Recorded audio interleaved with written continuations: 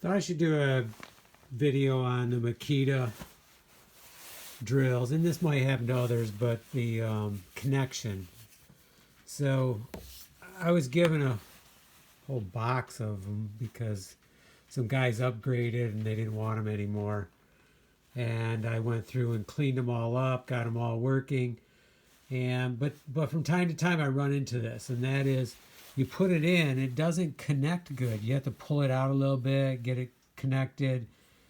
And then so I've tried, reaching in here with something long and kind of bending the connectors in there a little bit, but that's chancy because you can't see what you're doing, so you're just guessing. And if you bend them too far, then the battery doesn't go in at all, and then if you force it, you're going to bend them really bad.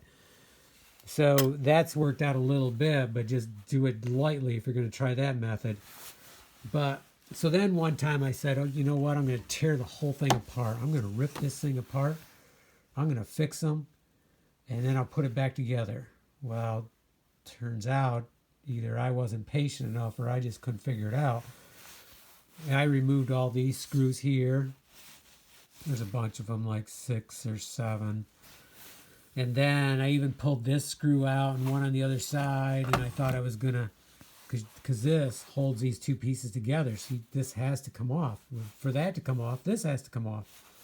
I could not get this off. I'm sure there's a way to do it. I have not gotten to that point yet. So unfortunately, I probably screwed this up. I couldn't get these back in.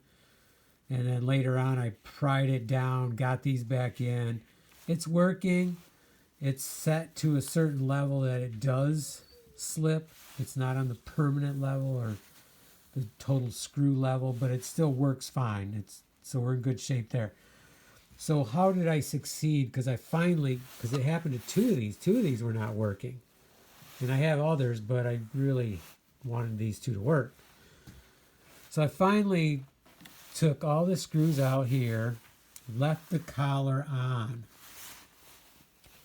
opened this up gently enough to get a pair of pliers in there and to bend them a little bit each way. Then I gently closed it with my hand, slid the battery back in and tested it. And I repeated if I needed to, but luckily I got them pretty quick. And then I was able to put all the screws back in, and they've been working great since then. So taking it all apart was a failure because I couldn't get it all apart. And putting something long down in there, that's pretty chancy. I ended up bending 2 of them really bad because I put them too far and then tried to force in the battery, and that bent them really bad. I was able to straighten them both out with the pliers after I loosened them up, pried it open just enough to get in there to do it.